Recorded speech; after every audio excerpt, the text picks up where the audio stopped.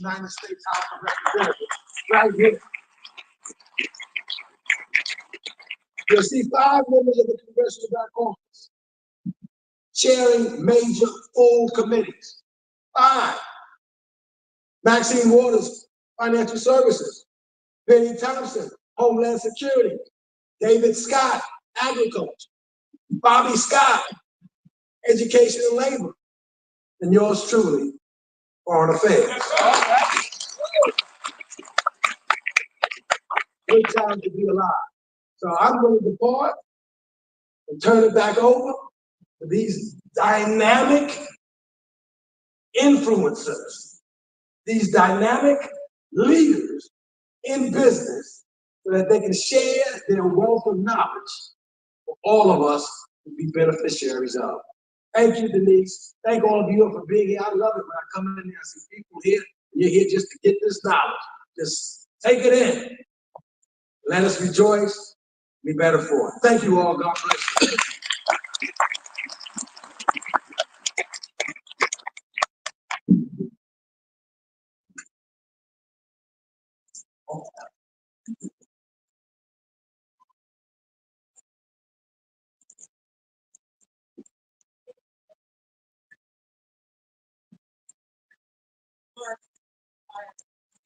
It's time for us to take it to a whole nother level. So let me share with you who we have joining us on this panel today. To my immediate right, we have Janice Bryan Howard, affectionately known as JBH. She is an entrepreneur, educator, author, mentor, presidential special appointee, founder, and CEO of Act One. As a leader of a multi-billion-dollar, award-winning international workforce management and technology enterprise, she is passionate about what we can accomplish when we invest in women and women-owned businesses. Her accomplishments, both personal and professional, are inspired by her deep faith and love of her family, and she often says, one cannot effectively lead without passionately serving. We also have joining us is Dee Robinson. Dee is an entrepreneurial leader who leverages strategic and analytical thinking to find innovative solutions that scale businesses. The common thread throughout her career is the ability to drive growth by integrating a deep understanding of customers, operations, and untapped opportunities. She is lauded for creating value, developing talent as a strategic asset, and driving social impact. She is also founder of the award-winning. She has authored, like Janice, many books, including Snap It, Leaning Forward, Living Bravely, and bestseller, let's see, Courage by Design. And next to Dee, we have Carla Trout. Carla is the president and chief executive officer of Electrosoft Incorporated. You will hear us refer to it as ESI throughout this conversation. It is an electronics manufacturing and engineering firm based in Pennsylvania. The breadth of her experience in business extends to supply chain logistics, purchasing, global scheduling, and e-commerce, where she has served in many key roles. Going against the grain, harnessing the power within, and bucking tradition is a common theme in Carla's life.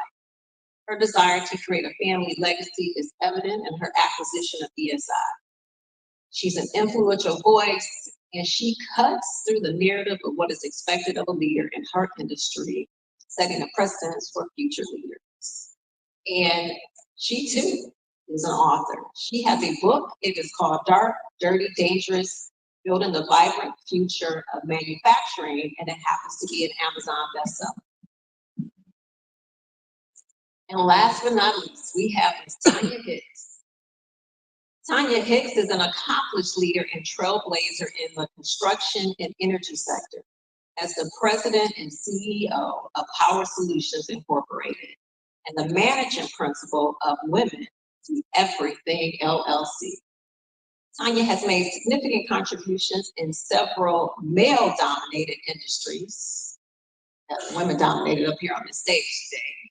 With a passion for excellence, Tanya's journey began as she broke barriers, becoming the first woman to become a journeyman inside the wireman electrician in the International Brotherhood of Electrical Workers, known as IBEW, Local 917. And she is also the first Black woman to become an IBEW journeyman electrician in the whole state of Mississippi. So, that is our panel, and like I said, we are getting ready to have a great conversation and discussion about the real power of the intersection between business and technology. And how I think I'd like to get things started is I'm going to ask each of you to share your why in just one sentence. Share your why. What's your passion and what's driving you for success? And we'll start with Janice. All right. Why? Please first thank you, Senior, for having us speak.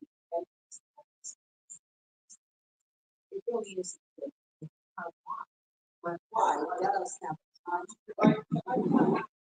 Is this good? Yes. Okay. So I think my why does have a tie to this conversation about being at this moment and now. I have found that over my life, I've always committed myself to honoring my parents. And any of you who read my books or know anything about me, you know I'm really strong on family. I think my why, briefly stated, is family and generationally family. Having sought to live my life in a way that my parents could be proud of me has elevated for me now to the point that not only am I looking at how that translates for my children, but I'm a grandma. Last year this time, I didn't know I was going to be a grandma, y'all, and now I got two little angels who are going to be under my tree this year. One is my granddaughter, Aria, her mother is Hispanic, so she calls her Aria Carolina. I'm from North Carolina, so you know what we call her, Aria Carolina, and her dad is right there on my side. And then I have a grandson, Jet, and Aria and Jet have purposed me much more dynamically than I imagined I ever would be. Generationally to my family and generationally to the family of humankind. That's my why. See? Well, I also want to thank you all for being here. I think you all for the opportunity. Thank you and your amazing team. Where is Ellie? Gotta give her a shot. Where is she? Okay, well, we just gotta make sure before we all in here to give her a shout out. But my why is actually quite simple. We talked about my book, Courage by Design. I wrote it because I thought a lot of people were sitting on the sidelines of life, afraid. And afraid to just take chances. They were also too busy listening to other people and what they said. And if I had listened to them, I wouldn't be sitting in front of you today. So this why is really driven by one, showing you all what's possible, also understanding our worth. We as people sometimes don't understand that, and even as we talk about technology, we're going to talk a little bit about worth. And the last thing is this, is to shorten the runway to success. I've done this. It has been hard. No one ever said it would be easy, but it's not impossible. Some of these lessons, the hard ones, you're going to have to learn, but there are certain things that you don't have to do that we know you can benefit from, so you can get there a lot sooner. So I want you all to get here a lot sooner than I did, and so that's really what drives my life. Thank you.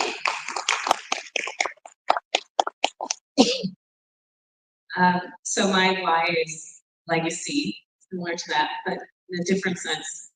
My parents started a company that their grandchildren eat from. So being able to go in and buy that company so that they can retire and travel the world, so that I can grow that business, so that my grandchildren can eat from that. And that's generational wealth. And as I have gone through this world as president of this company, I've never met a Black woman who owned an electronics manufacturing company. And that's a shame. Because of that, it's a new level of legacy of creating more women who own technology companies so that they don't have to feel like the only one.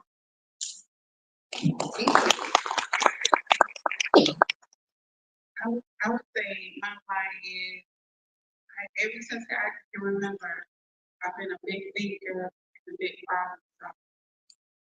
And my personal mission is to work with the world's most critical problems: energy, water, food, connectivity, and mobility.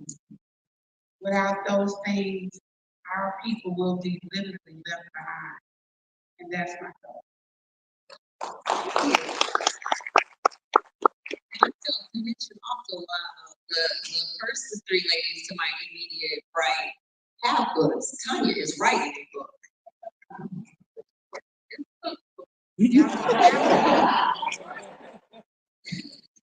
So, see, I think let's get started with you.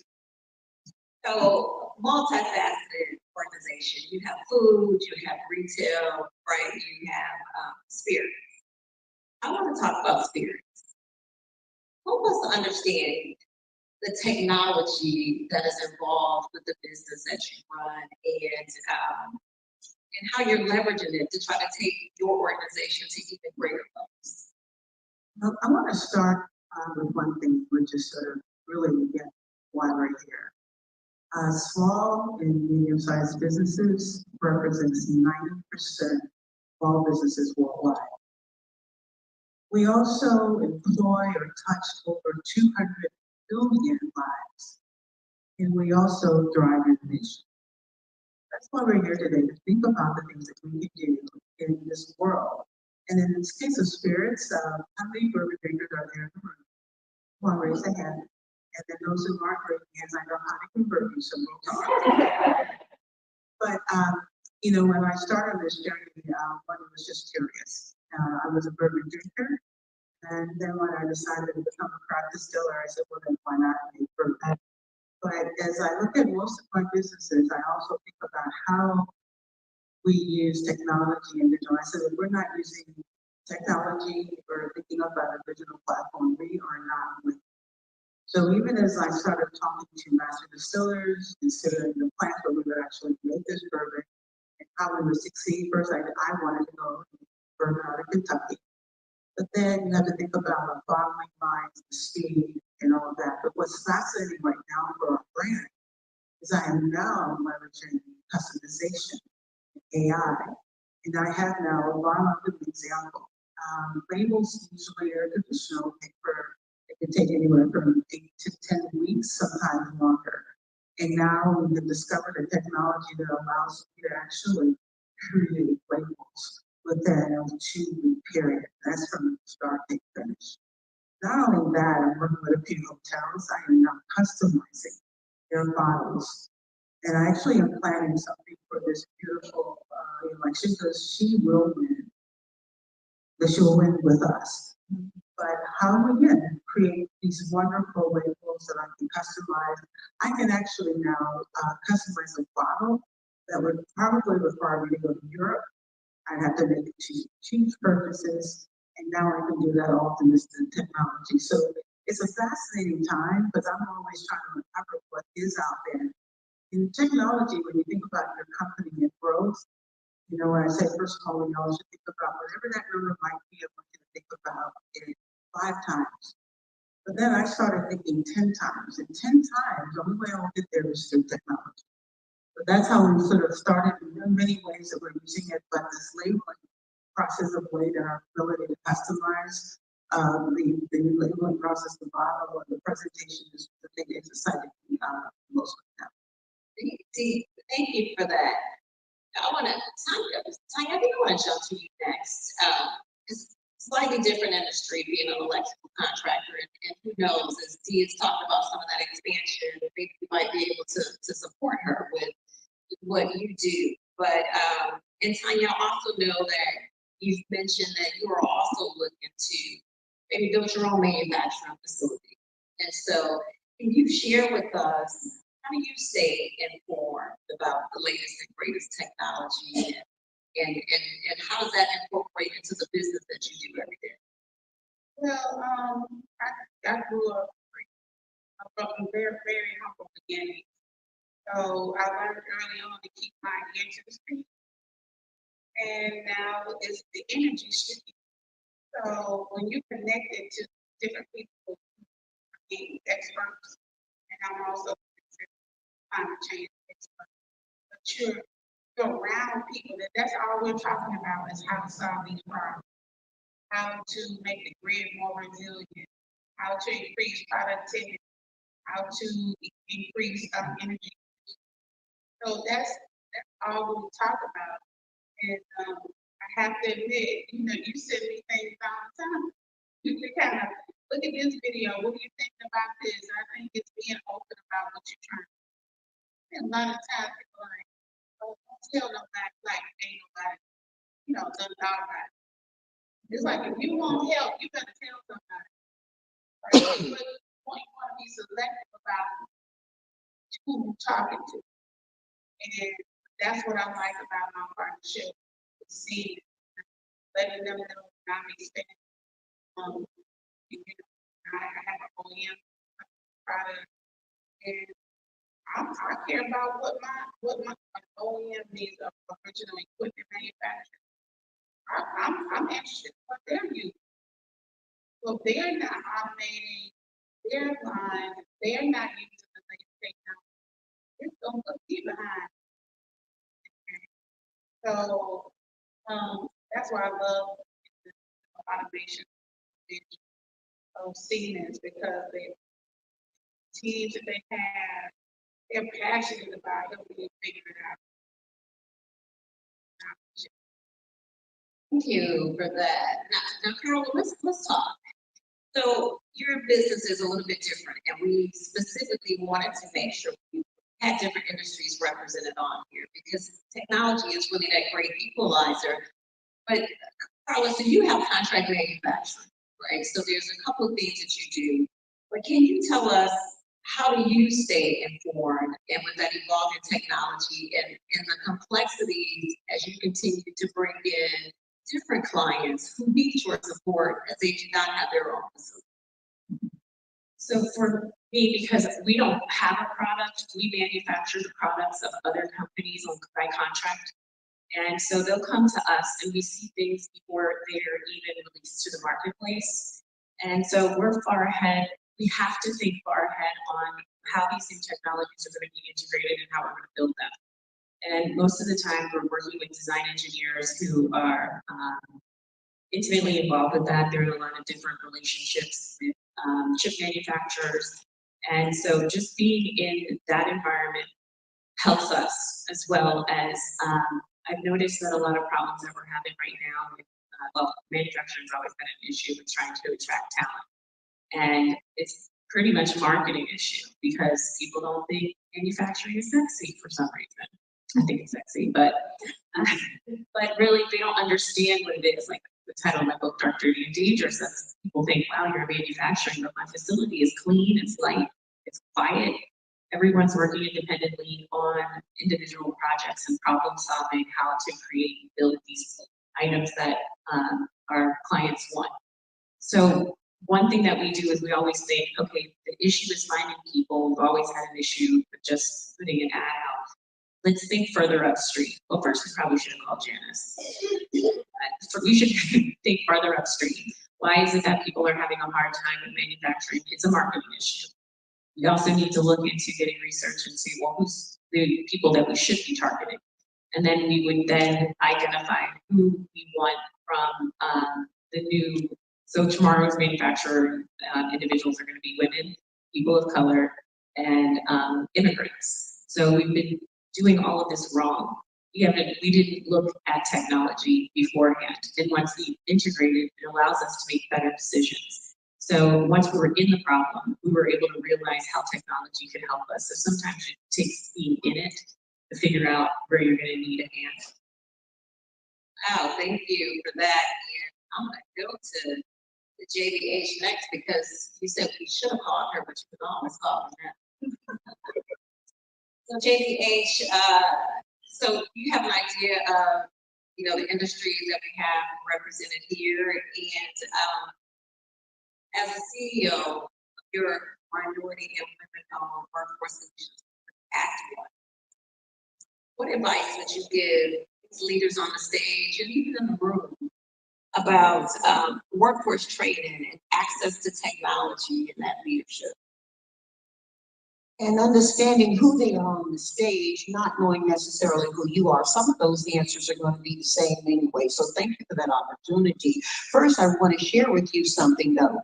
There is a company that has reached out to us. So that's part of your answers. You can reach out to us at Act One Group. But there's a company that has reached out to us, Denise, to work with them for their workforce planning and for making certain that they are able to make the impact to the community they want through that. They're moving into my hometown, well, the area of my hometown, Charlotte, North Carolina. They manufacture tires. And they said to me, in order to be effective for us, understand that no human hand will touch the sap from that tree until it is a tire on the trains that run through our town.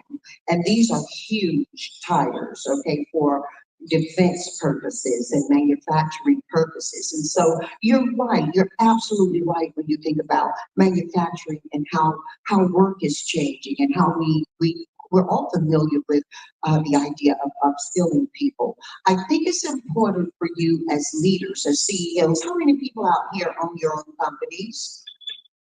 Look at that. You've done an incredible job of bringing business owners in here. I think it's important for business owners to make certain that you're looking at the organizations you are either membering to or you are attending events of, and have them be adequate and appropriate to where you are in your business as well as where you're looking to go.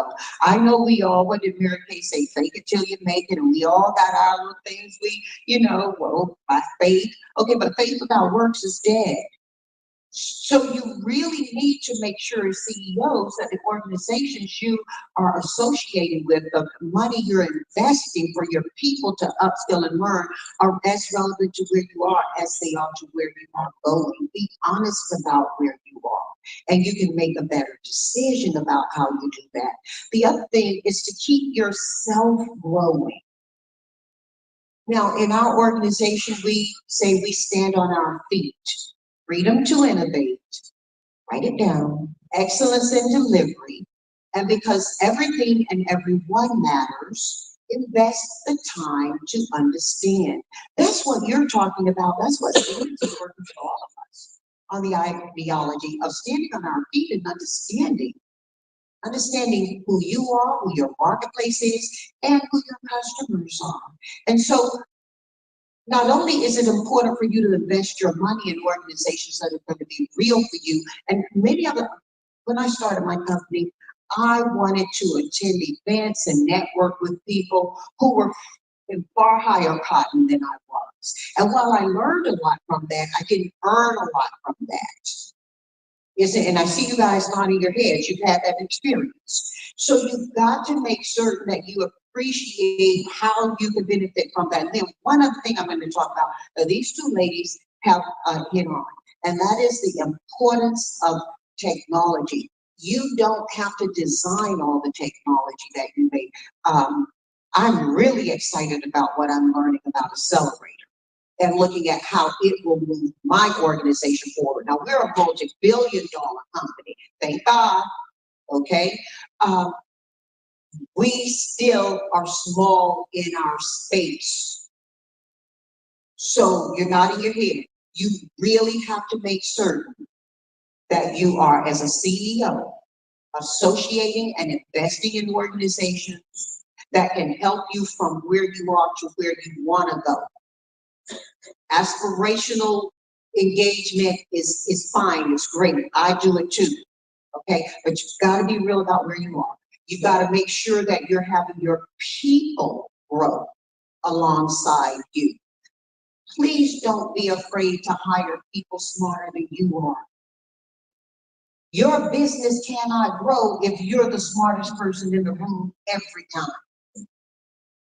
And then the third thing I'll leave you with is something I alluded to just a minute ago. And people always introduce me, they talk, you even do it, and you know, we have our moments up, my faith relationship. Please understand, I'm a praying woman. I'm also a paying woman. Okay? Faith without works is dead. No matter what you invest in, no matter how big your network is, and make sure your team members have networks, not just you. I'm saying that because as entrepreneurs, oftentimes we're the face of the company. I've been walking through this convention center and people have been running up to me. They've been calling me some of everything, y'all, okay? But they knew who I was, and they have a relationship to me for my face. They need to have that relationship with the people in my organization as well. We know these, we know her face. So make certain, before I came to this stage, I said a prayer. It's a prayer I often say, whether I am public facing or private praying.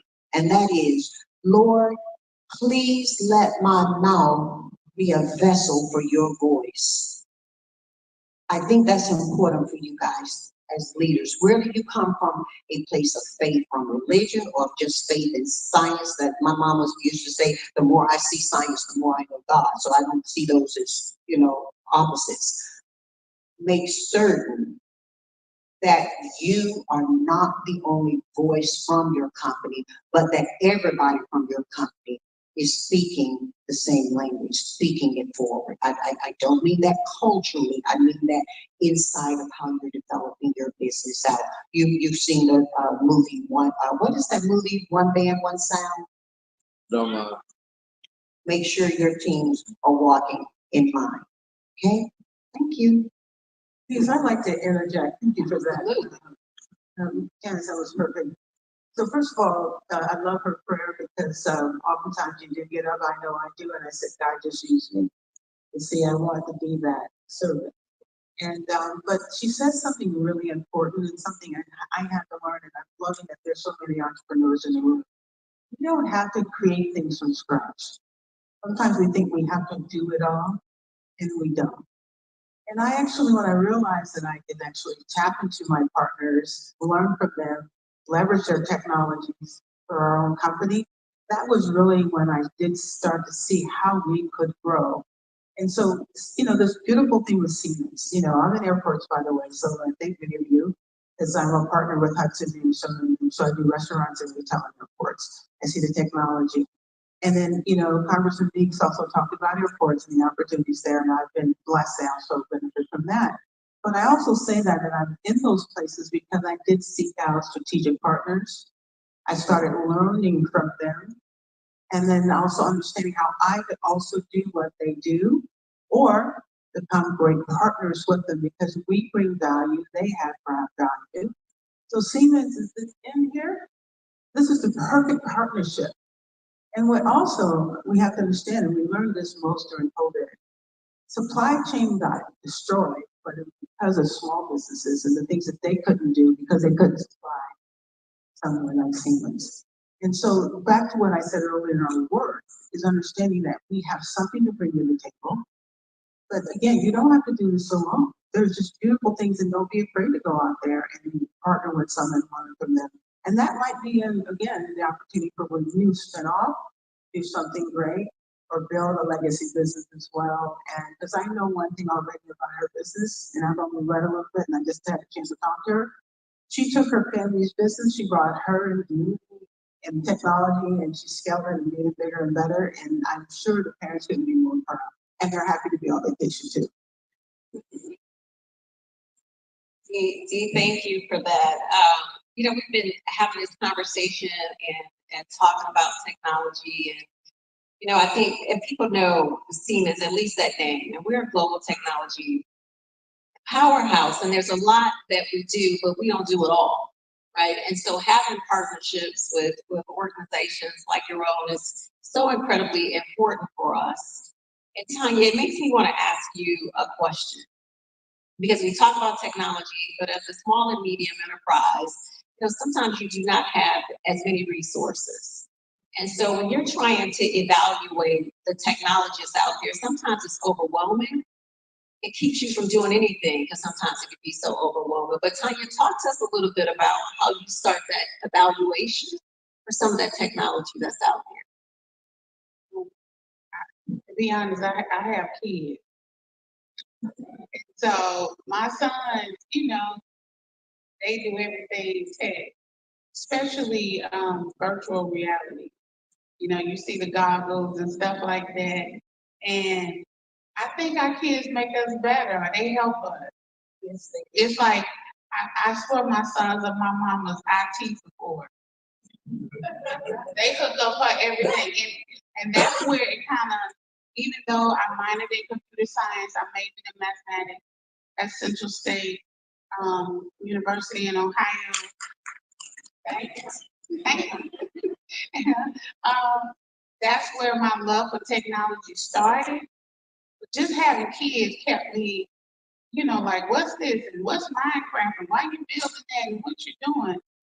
And so when I found out that Siemens was creating the industrial metaverse, I was like, wait a minute, I know what the metaverse is for video games and other things, but I was like, for meetings and conferences, but what is this? They actually take a digital twin of your assembly line or plant, and they build an immersive world. So you can put on the goggles and you can be in your plant, the way you visualize it, the way you want to do it. And by building it there, you get to experience it and realize, well, wait a minute, that line too close to that line. But had you built the line like I got going on right now, had you built the line with my OEM, spent all this money to build this line and realize it's not in the right location. It needs to, and it takes more time, resources, labor, and money to relocate and rebuild. If you had this digital twin, you can get into this immersive world. And I don't know if y'all see people with the goggles on. And I think Denise also had an experience with her son, with trying to fight. You're boxing and stuff. It's just like you're in your real place. So creating those digital twins and them helping you to identify things that you can do in your manufacturing, it saves so much time and money. And also, once you build it, they digitize it to make it where you don't have to have all these people show up on site, pay a service charge for it.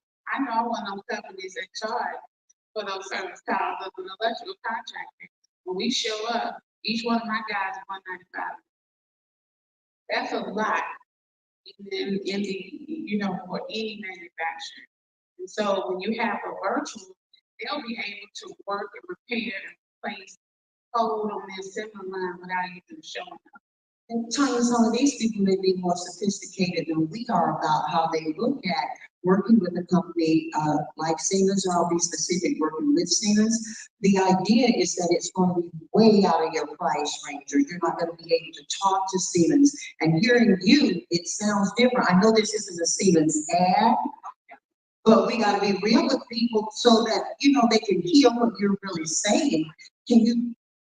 Is it okay because I was shocked when I found out, just how easy they make it. Because if you guys are in manufacturing, some of you said you own your own companies, don't limit your idea to the idea that it's a manufacturing opportunity. There are many ways that you can benefit in this AI-ness of things, but the pricing, she makes sense here. What y'all do pricing? But and the thing is, I think sometimes when we look at this technology, you automatically think as a small business, I can't afford that. You have to stop thinking, because ain't none of y'all done paid check, which y'all been using. So sometimes they have even open source things that you can use just for the sake of being able to use it and get used to it. My thing is be open, get in the game, never think about, oh, this is too much for me, or I don't have time to do this right now. It's like you just want to jump in. It's just like, even with the trade show, going to some of these trade shows. And I know it's not the same as the commercial. Doing a good job, I though. was I was just at RE Plus out in California, 45,000 people at this renewable energy conference, and being able to go up to the Siemens people to be able to talk about, hey, well, what do you And what percent were black out of that 45,000? 6%? 6% in the hottest growth area industry in the world, not just this nation, only 6%. Trillions of dollars are being spent transition into clean energy and electrify America. We have to get in the game. And I'm grateful, to have friends like these ladies. You pick up the phone and call. But like you said, even if you don't have access, show up at some of these trade shows. It's like all this knowledge right there on the trade show. You ain't got to pay them. When I first started my business, I had my company is 24 years old. So I started with a gateway computer. 3 years later, I was able to get my first Dell, and Dell was my IT support. I didn't have any money, had no IT, but I had a 3-year warranty. So I said, well, this ain't working. I need y'all to.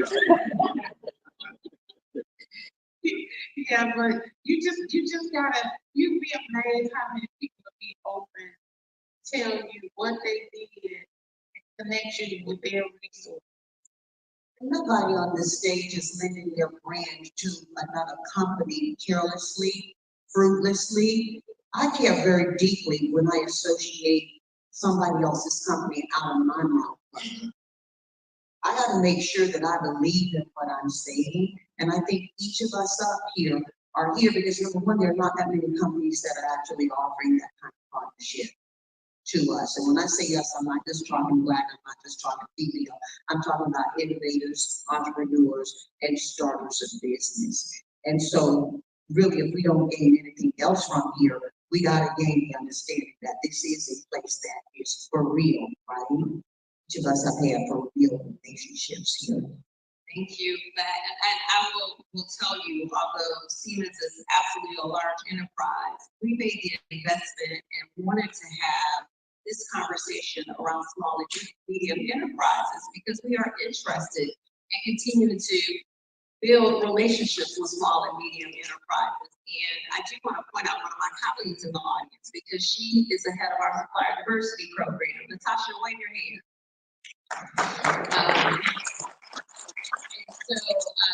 So she's also a great resource. And so if there's interest in better understanding how to connect and collaborate with Siemens, definitely she's the right person to talk to over there. And Tanya was talking about technology and made that comment because I was sharing with her that as I had little goggles on and trying to play a game with my son, and I'm boxing a boxing game, and I'm just boxing, and then my son yells at me, and he's like, "Mom, stop! You're fighting like a girl." And I'm thinking, I'm a girl, right? And what's wrong with as a girl?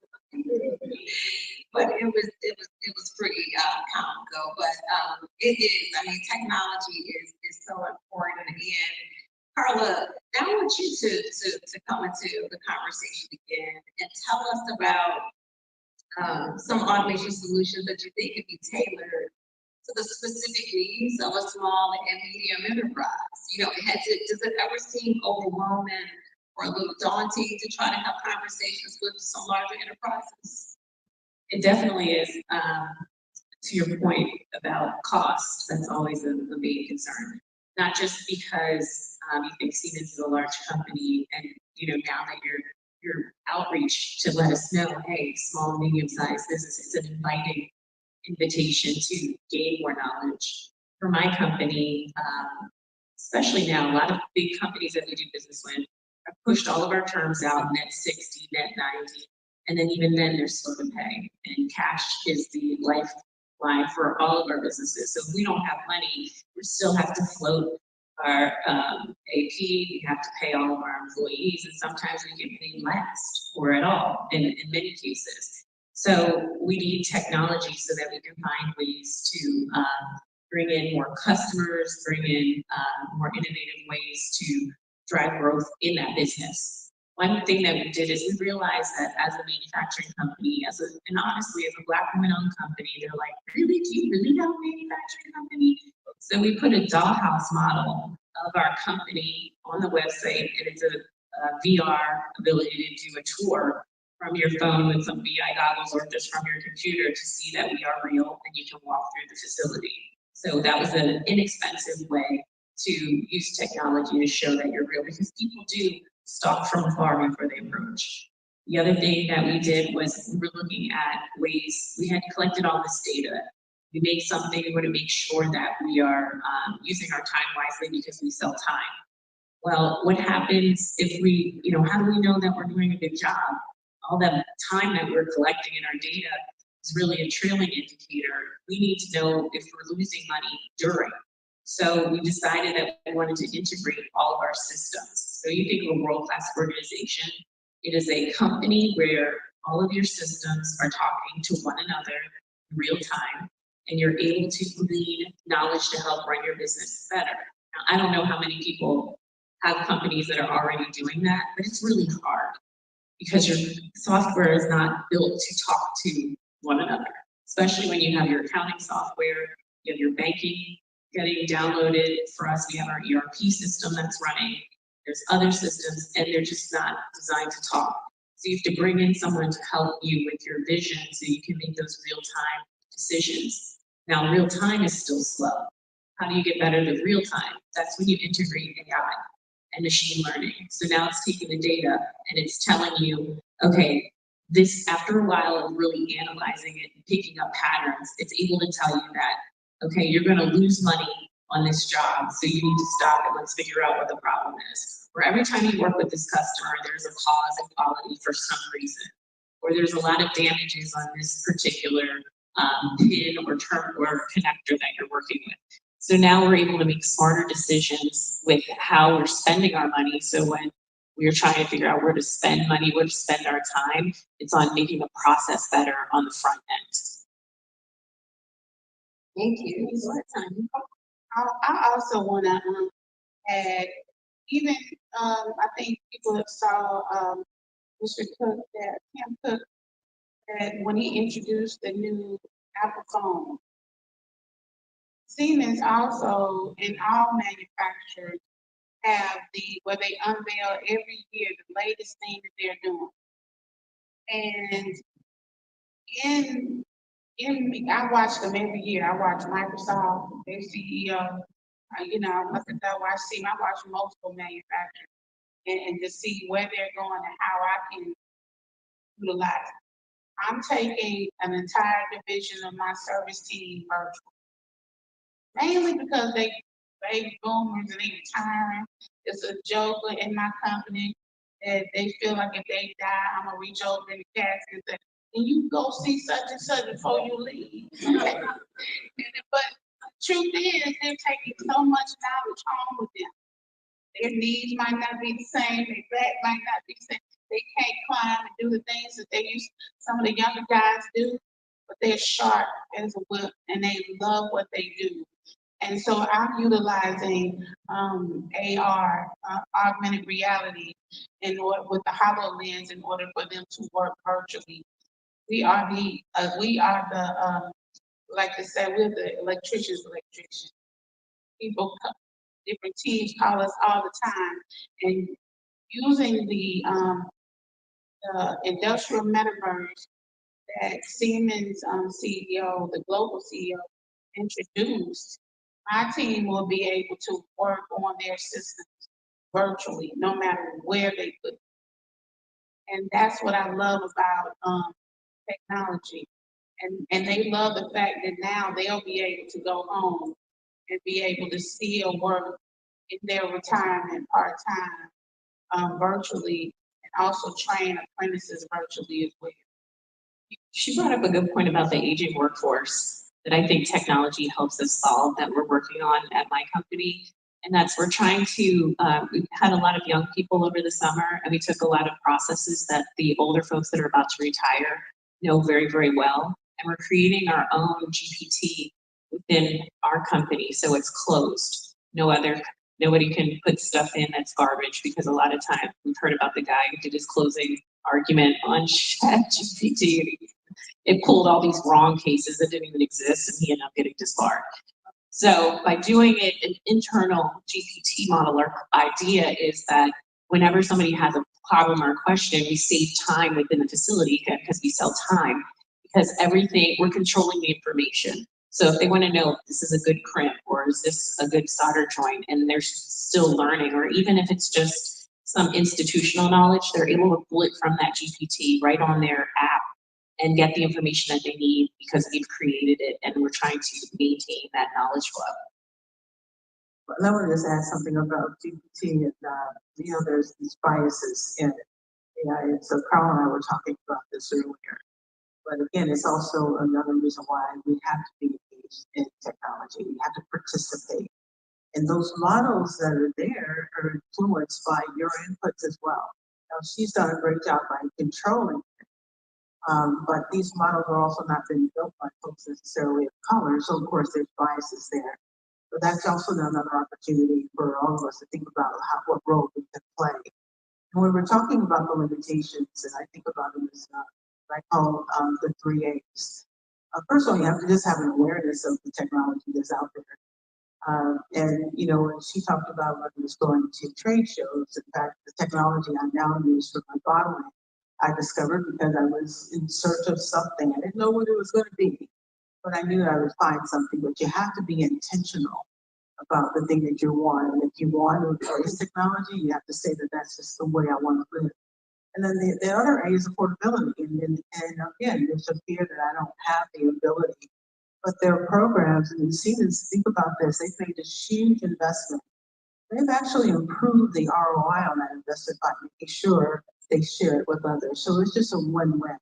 And then this idea of adaptability. I mean, there are many people out there who actually can help you implement new strategies. Some of you might have seen the new technology in the airports, the one-stop, well, that's all technology driven. Driven, first of all, because most of you don't want to wait, buy things, so now you can literally walk in, have your credit card, and then just pick and you can walk out. That walkout technology is game changing. But of course, it helps us manage labor, which is always challenged with that in the airports, because some still always want to go. Gotcha, right, exactly right. But the beauty of technology is that it does solve problems, but it also doesn't has profitability. There's just so many ways there. Again, I think the only thing I can add to everything that I've heard here is that they have embraced technology. They know that it's there, and they lean towards it, not away from it.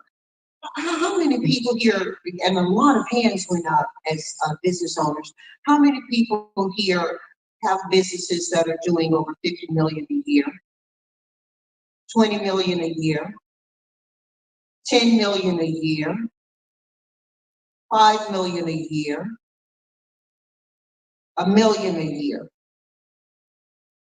This is a prime audience to receive what we're talking about. You couldn't be in a better place right now. When we talk about understanding that you can work with a large enterprise, a multi-conglomerate enterprise to help build your business, never before has that been a potential for you. And so please hear what we're saying. Your businesses are coming from different industries and different disciplines. I personally believe that discipline ain't a dirty word, okay? After this session, please find out how to attend the virtual launches of new products. Find out how to work with Siemens in terms of how you can build your business forward. When I started my business, I needed 12.7 more people to perform functions than you do today. If your business is less than $1 million, technology can become a huge team and staff for you. We're in the staffing business, so we want you to hire from us and hire through us. But we also want you to be best efficient to yourself. Don't just hear it as an opportunity to manufacture stronger. Hear it as an opportunity to service stronger, to innovate stronger, to deliver your back office stronger. I mean, I am not an expert on accelerator, but I just wish you really could just share with them what we're talking about and how we're looking at doing this to improve our businesses. We're telling you what we're doing.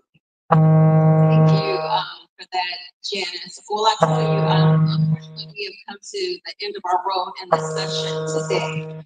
But I will ask you, there are cards that are out here in the seats, and please take an opportunity to scan that QR code on those cards, because you will hear much more about Accelerator that we reference, but it is the open business digital platform that we have. Again, I share with you that my colleague Natasha is in the audience, who manages our supplier diversity program. I have several other colleagues that are in the room.